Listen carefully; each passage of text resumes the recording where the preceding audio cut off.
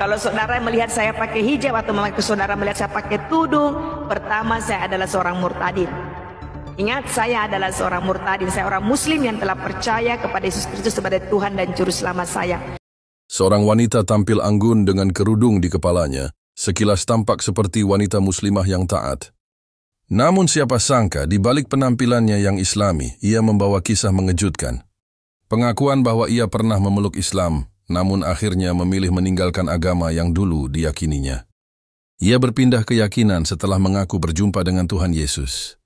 Di balik itu semua, ada gejolak batin, keraguan, dan keputusan besar yang ia ambil dalam hidupnya.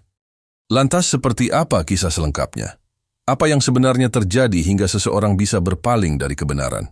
Mari simak video ini baik-baik. Jangan sampai kita hanya melihat permukaan, namun lalai dari hakikat kebenaran yang sejati. Kalau saudara melihat saya pakai hijab atau saudara melihat saya pakai tudung, pertama saya adalah seorang murtadin. Ingat, saya adalah seorang murtadin. Saya orang muslim yang telah percaya kepada Yesus Kristus sebagai Tuhan dan Juru Selamat saya. Dan Tuhan pakai hidup saya untuk memberitakan firman Tuhan. Tuhan pakai hidup saya untuk menjadi saksi Kristus. Bukan hanya di Yerusalem, tetapi Yudea sampai ke Samaria. Dan puji nama Tuhan, melalui pelayanan pekerjaan Tuhan di dalam sosial media ini, banyak jiwa yang melayani, banyak jiwa yang terberkati, banyak jiwa yang percaya kepada Yesus Kristus. Semakin banyak jiwa yang percaya, semakin banyak penghujatan. Haleluya. Yang dihujat bukan orang percaya, tetapi saya terus dihujat. Bukan cuma dihujat, saudara kekasih, tapi mereka begitu banyak menjapri saya, mengancam saya, mengeduh. Tetapi puji nama Tuhan, Bapak Ibu Saudara kekasih, saya tetap kuat. Sampai hari ini saya dapat berdiri semua karena pekerjaan Tuhan. Baiklah, firman Tuhan di dalam kitab 1 Korintus 11 ayat 2. Demikian firman Tuhan. Lembaga Alkitab Indonesia memberi judul perikop hiasan kepala wanita. Biar saudara paham bahwa hijab itu milik siapa. Hijab itu milik siapa? Amin. Supaya saudara juga paham bahwa hijab itu milik siapa. Ya, jangan suka ngaku-ngaku deh, berhenti ngaku-ngaku. Ingat, Ismail diberkati anak cucu dan melahirkan 12 keturunan. 12 raja-raja besar. Tetapi Ismail tidak pernah diberkati tanah oleh Tuhan. Jadi kalau saudara hari ini mendengarkan begitu banyak perpecahan dari luar sana, saudara kekasih, begitu banyak saudara kita dengarkan kabar-kabar yang terjadi perang di mana itu karena apa? Perebutan wilayah. Karena Ismail tidak pernah dijanjikan tanah oleh Tuhan. Ismail tidak pernah dapat warisan tanah dari Tuhan. Tetapi Ismail dijanjikan oleh Tuhan bagaimana dia juga akan mewarisi berkat Tuhan, yaitu dia akan mewariskan 12 raja dari keturunan Ismail dan mereka akan beranak cucu dan menjadi bangsa yang besar. Itulah. Jadi kalau hari ini saudara melihat saya pakai jilbab, karena berkat Abraham telah jatuh. Bukan telah jatuh, berkat Abraham telah menghampiri diri saya. Saya telah menerima berkat Abraham. Dan bukan cuma itu saja. Kalau Ismail hanya diberkati jasmani bukan rohani, tetapi hari ini berkat Bapak Abraham telah saya terima, yaitu berkat jasmani dan rohani. Berkat jasmani dan rohani yang saya peroleh, Bapak Ibu Saudara kekasih, saya diberikan kesehatan. Satu itu berkat jasmani. Saya diberikan hati yang bersukacita untuk menyembah dan memuliakan Tuhan. Ustadz Felix Xiao dalam video ini dengan tegas menjelaskan faktor-faktor utama yang kerap menjadi penyebab seseorang bisa murtad. Mulai dari lemahnya pemahaman agama, pergaulan yang menyesatkan, hingga jebakan pemikiran yang menyusup tanpa disadari. Teman-teman sekalian yang selalu dirahmati Allah, yang namanya hidayah itu hanya Allah yang tahu. Itu formula kalau kita mau ngomongin tentang hidayah. Hidayah itu nggak bisa dipaksain pada seseorang, nggak bisa kita install pada seseorang. Walaupun mungkin orang yang nginstal itu adalah orang yang paling expert. Kita nggak bisa buat orang yang kita ingin untuk beriman, karena memang hidayah ini adalah sebuah proses khusus kalau saya lihat ya, kalau yang saya rasain. Maka pada hari ini saya mau sharing pada teman-teman sekalian tentang perkara hidayah ini, supaya teman-teman juga sedikit banyak paham bahwa kalau kita bicara hidayah ini memang adalah bagian daripada Allah Subhanahu wa taala. Dan saya mohon maaf kalau suara saya agak sedikit nggak enak atau wajah saya nggak enak. Dari dulu udah nggak enak. Oke lah, nggak apa-apa. Mohon maaf saya agak sedikit meriang, tapi saya pikir saya harus ngasih sharing ini biar teman-teman juga punya gambaran tentang apa itu hidayah dari sudut pandang orang yang dulunya bukan muslim dan dapat masukan dari pengalaman-pengalaman saya yang selama ini bergelut dengan banyak orang tentang urusan hidayah ini. Jadi gini teman-teman sekalian. Kurikulum paling baik di dunia itu adalah Al-Quran. Dan pengajar yang paling baik tentu saja Rasulullah Muhammad SAW. Kalau dua ini dikombinasikan pun belum tentu orang bisa mendapatkan hidayah. Ini terjadi pada Abu Thalib, pamannya Rasulullah SAW yang sampai akhir hayatnya pun tidak bisa menerima Islam, tidak mengucapkan 2 kalimat syahadat. Padahal Rasulullah SAW mendatangi beliau secara pribadi ketika di ujung hidupnya, lalu kemudian mengatakan, pamanku ucapkan 2 kalimat syahadat, tapi pamannya belum mau untuk mengucapkan 2 kalimat syahadat. Mengapa? Karena ini adalah hak prerogatif Allah. Sesedih itu kemudian Rasulullah sudah menunjuki banyak sekali manusia, mengajak banyak manusia kepada Islam, mendakwahkan Islam pada seluruh manusia, tapi dia nggak bisa mengislamkan orang yang paling dia sayangi. Orang yang termasuk yang paling dia sayangi. Yang sudah dianggap seperti orang tuanya. Apa kemudian yang Allah komentari terhadap kejadian pada Rasulullah ini? Allah meringankan Rasulullah dengan kata-kata Allah yang Allah firmankan di dalam Al-Quran, innaka la tahdi man ahbabta.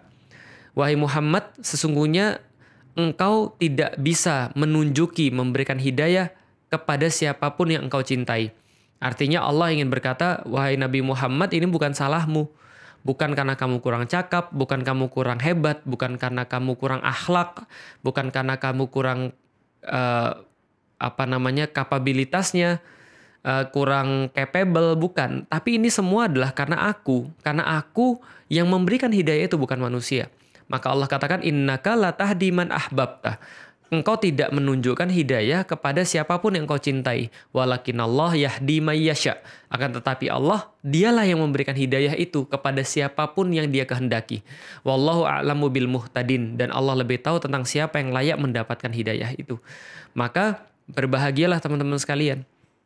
Kalau Anda sekarang dengar ini dalam keadaan beriman kepada Allah, dalam keadaan ditunjuki oleh Allah di dalam Islam, dimudahkan dada Anda di dalam Islam, bersyukurlah pada Allah, karena nggak semua orang mendapatkan privilege itu. Nggak semua orang mendapatkan karunia itu. Ada orang yang kata Allah disempitkan hatinya di dalam Islam. Disempitkan hatinya daripada memeluk Islam. Karena dia melihat apapun Islam seolah-olah salah. Dia melihat Islam seolah-olah kemudian menjijikkan. Dan dia nggak berhenti untuk menyerang Islam. Ada orang-orang yang kemudian seperti itu. Yang Allah katakan di dalam Al-Quran, khatamallahu ala qulubihim wa ala sam'ihim wa ala absarihim.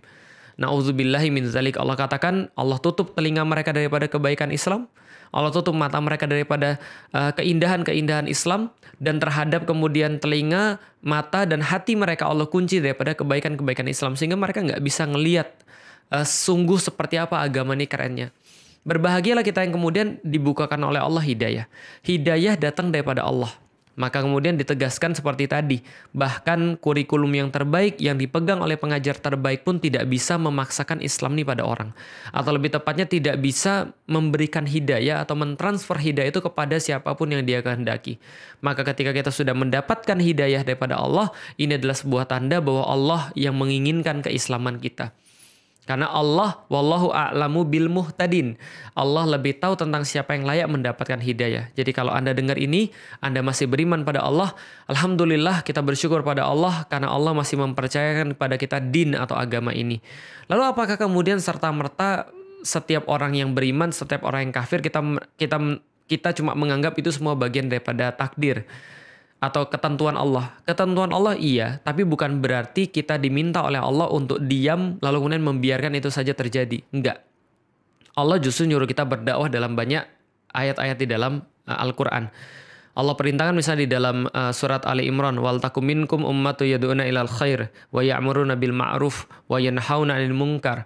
Allah katakan, wahai orang-orang yang beriman, wal takum minkum, dan haruslah di antara kalian tuh ada ummatun, sebuah umat yang tugasnya apa? Ada 3. Yad'una ilal khair wa ya'muruna bil ma'ruf wa yanhauna 'anil munkar. Yang pertama adalah yad'una ilal khair, menyeru kepada kebaikan, dan ulama-ulama tafsir sepakat bahwa yang dimaksud dengan yad'una ilal khair adalah yad'una ilal Islam, menyuruh orang-orang yang belum muslim kepada Islam. Karena dengan adanya dakwah kita itulah orang-orang bisa menjadi tahu seperti apa Islam itu yang sebenarnya, hingga mereka tertarik dan mereka mau untuk kembali lagi ke dalam fitrah mereka, yaitu adalah Islam.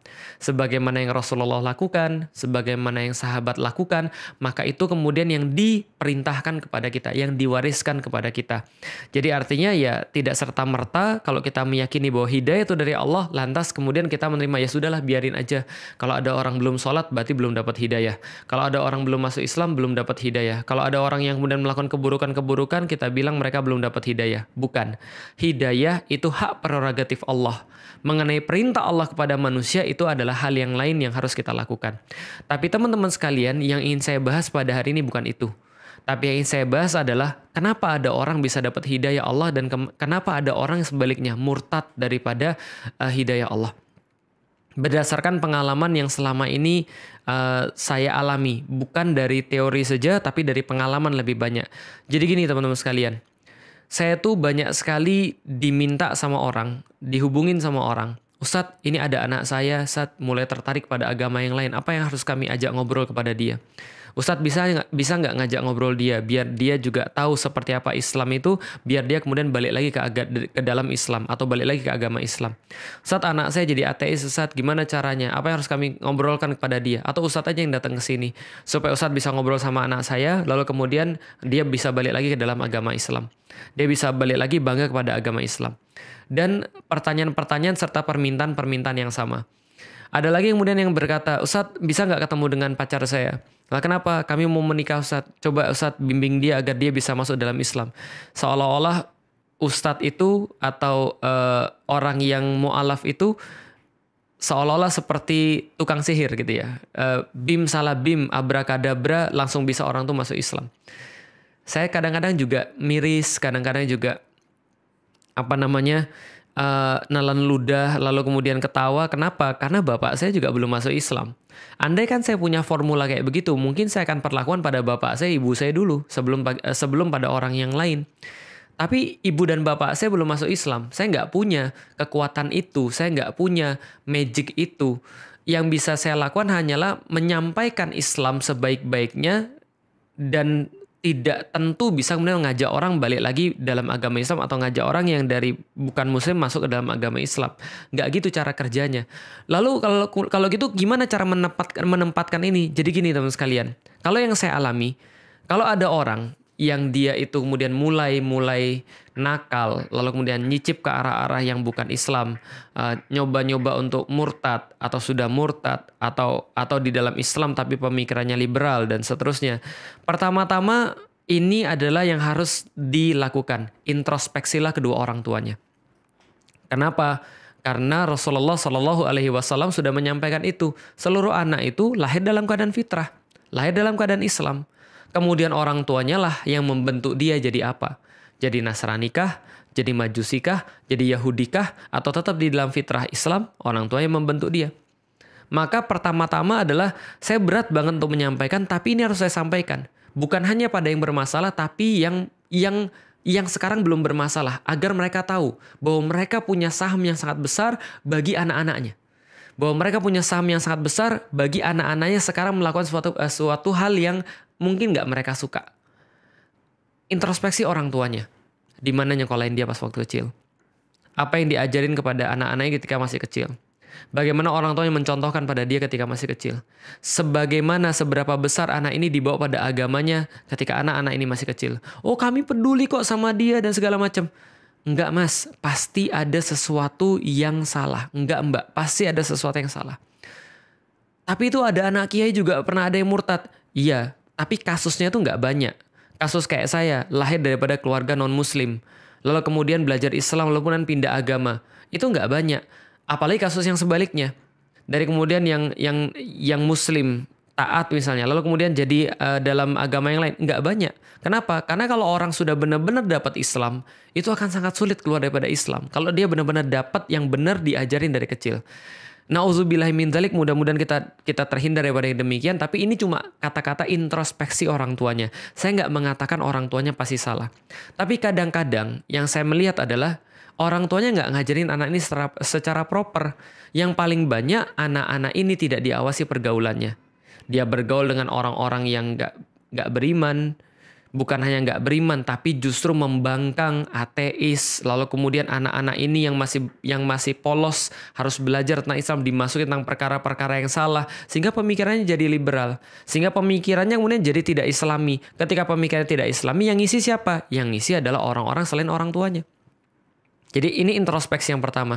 Yang kedua, teman-teman sekalian, kalau kita melihat kasus-kasus seperti ini, maka ada orang itu yang ketika mereka masih mau diajak diskusi dan ada orang yang nggak mau diajak diskusi. Kalau masih mau diajak diskusi, kita masih bisa kemudian untuk nyampein beberapa argumen pada dia, menyampaikan beberapa bukti kepada dia, menyampaikan diskusi pada dia. Ayo kita diskusi. Kenapa kamu nggak suka Islam? Kenapa kamu bilang bahwa Islam ini agama yang tidak toleran? Kenapa kamu bilang Islam ini adalah agama yang sadis? Ayo kita diskusi. Apa kemudian bagian mana yang kemudian kamu protes di dalam Islam? Ini coba kalau saya seandainya mampu untuk menjawab, saya coba jawab. Kalau masih bisa diajak diskusi, sebagian besar itu balik lagi ke dalam agama Islam. Sebagian besar kemudian mengakui, oh ya berarti memang saya khilaf. Tapi kalau sudah nggak mau diskusi, maka siapapun yang diskusi itu percuma. Mau Felix Xiao, bahkan Rasulullah Shallallahu Alaihi Wasallam itu aja tidak bisa meyakinkan pamannya. Karena kenapa? Karena sudah menutup hatinya sendiri. Jadi sebenarnya sebelum Allah menutup hatinya, mereka duluan yang menutup hati mereka sendiri. Maka Allah katakan di dalam Al-Quran, Wallahu la yahdil qaumal kafirin. Allah tidak bakal menunjuki orang-orang yang kafir. Kenapa? Karena kafir artinya menutupi dirinya. Jadi kalau ibarat ada jendela, dia nutup jendelanya. Gimana cahaya bisa masuk? Cahayanya sudah ada di sana, it's already there. Tergantung dia mau buka atau tidak sebenarnya. Nah jadi itu yang kedua. Ada orang yang setelah dia menjauh daripada Islam, dia nggak mau diajak diskusi. Ada yang masih mau diajak diskusi. Yang masih mau diajak diskusi, masih bisa kita diskusikan. Yang kayak gini-gini oke lah. Tapi kalau yang sudah nggak mau diajak diskusi, maka didatengin siapapun, dia nggak akan respect. Dia nggak akan mau. Yang paling bagus ini adalah orang tuanya yang kemudian datang pada dia, ngajak ngobrol dia, ngajak diskusi sama dia, selaku orang yang harusnya paling dekat sama dia. Tapi orang tuanya bilang, wah kami nggak dekat Ustaz. Kami nggak bisa ngajak dia diskusi, dia nutup diri daripada kami. Itulah yang saya sampaikan. Berarti ada yang salah dalam metode pendidikan kita. Saya introspeksi tiap hari pada diri saya sendiri, pada anak-anak saya. Saya belum sukses teman-teman sekalian. Tapi saya meyakini, andai kan kemudian kita nggak dekat sama anak-anak kita, there is something wrong. Ada sesuatu yang salah pada kita. Yaitu kita nggak bisa kemudian menjadi teman bagi mereka. Nggak bisa jadi tempat curhat bagi mereka. Saya nggak nyalain siapapun. Saya takut banget kalau itu terjadi pada saya. Tapi yang pengen saya sampaikan adalah teman-teman sekalian, ini bisa jadi sebuah introspeksi bagi kita sendiri. Balik lagi ke poin pertama. Kalau dia nggak bisa dekat sama orang tuanya, kalau dia nggak bisa ngobrol sama orang tuanya, berarti ada sesuatu di situ yang menjadi problem. Nah, kalau gitu apa yang menyebabkan orang murtad? Satu, pendidikan orang tua. Yang kedua, dia nggak bisa berkomunikasi sama orang tuanya dan dia kemudian punya orang yang lain yang ngajak dia. Atau punya teman-temannya yang memberikan masukan-masukan pada dia sehingga dia menjadi yakin. Yang ketiga, hampir sama dengan yang kedua, tapi ini benar-benar ada teman-temannya aktif yang ngajak dia. Nah, kalau ini yang harus dilakukan adalah memang yang ngajak diskusi juga teman-temannya sekalian. Kalau itu pun kalau masih mau diajak diskusi. Maka balik lagi, sebenarnya ini bisa ditanggulangi kalau seandainya kita punya relationship yang baik dengan anak-anak kita. Kita nggak bisa nyalain anak-anak kita sebenarnya teman-teman sekalian. Karena kita duluan hidup daripada mereka. Kita harusnya yang lebih paham daripada mereka. Berkali-kali ketika saya masih kecil, saya protes. Kenapa orang tua saya begini? Kenapa orang tua saya begitu? Dan dalam satu titik itu benar dan dalam titik yang lain itu salah. Salahnya di mana? Salahnya ya karena tugas anak-anak itu adalah memahami orang tuanya dan berbakti pada mereka. Tapi kan saya nggak kenal Islam pada waktu itu. Tapi tugas orang tua teman-teman sekalian lebih berat. Karena itulah namanya orang tua. Karena dia lebih tua daripada anaknya. mereka harusnya sudah pernah mengalami apa yang dialami oleh anaknya. Harusnya mereka tahu bagaimana cara memahami anak-anaknya. Karena itulah mereka jadi orang tua. Maka jadi orang tua itu harusnya lebih banyak belajar. Karena mereka harus tahu bagaimana cara untuk mendidik anak-anaknya agar tidak seperti mereka dulu atau apapun yang mereka sesali. Dulu saya merasa bahwa dalam keluarga saya ada beberapa kritik.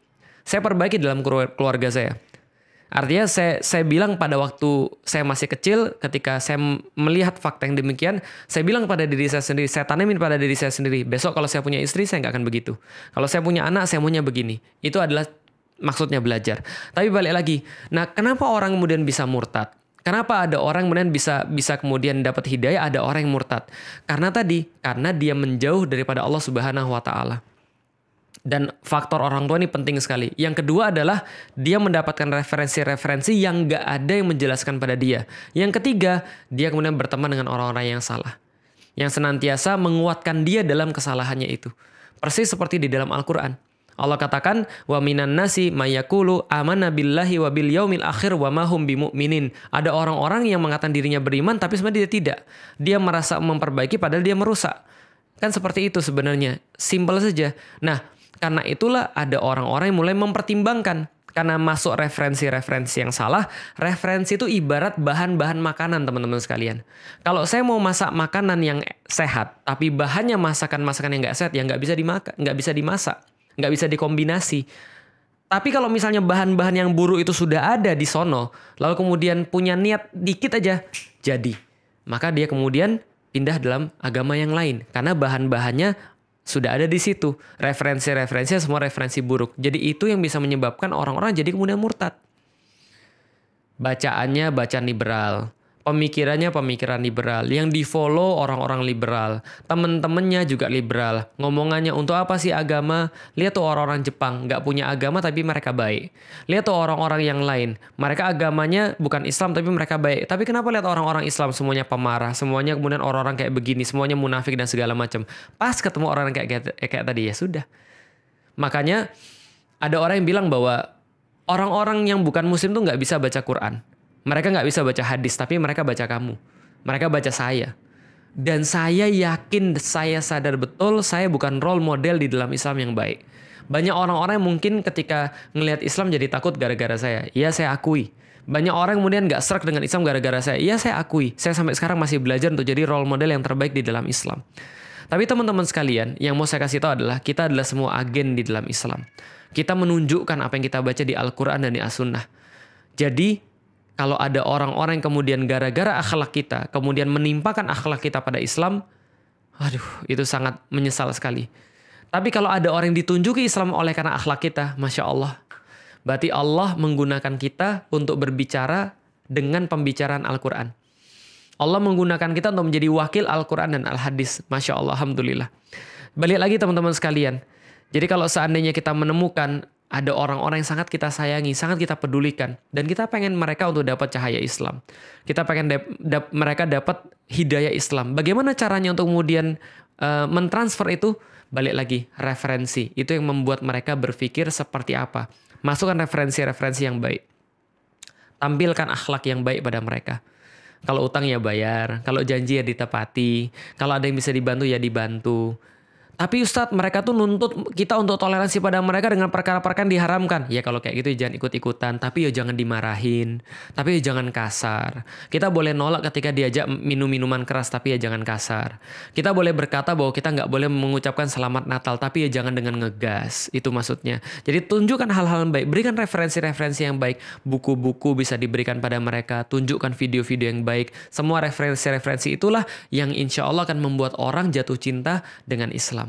Jadi itu teman-teman sekalian bisa saya sampaikan. Mudah-mudahan ini menjadi sebuah masukan yang berharga, minimal bagi diri saya pribadi, bahwa referensi itulah yang akan menyebabkan orang berpikir berbeda tentang sesuatu.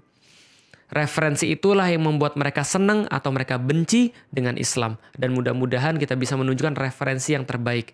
Lah kalau ada teman saya yang sebaliknya Ustadz, tadi kan kalau ada orang yang pengen masuk Islam, kalau misalnya ada orang yang sekarang murtad gimana Ustadz? Kita doakan. Kita doakan, kita kita bantu supaya dia bisa dapat lagi keindahan Islam. Jangan dibully, jangan dimaki, jangan dibenci, jangan dijauhi. Kita lakukan apapun yang bisa kita lakukan. Kita lakukan apapun yang mampu semaksimal mungkin kita lakukan. Karena bagaimanapun dia adalah tetap saudara kita. Saudara bukan hanya seiman, tapi manusia itu juga saudara. Kisah wanita ini menjadi pengingat bagi kita semua, bahwa iman bukan hanya tentang penampilan luar, tapi tentang keyakinan yang kokoh dalam hati dan akal yang terus terjaga. Di zaman fitnah ini, siapapun bisa goyah jika tidak memiliki pemahaman yang benar, lingkungan yang mendukung, dan hubungan yang kuat dengan Allah. Semoga Allah senantiasa menetapkan hati kita dalam Islam hingga akhir hayat. Tetap waspada, tetap belajar, dan terus berpegang teguh pada kebenaran.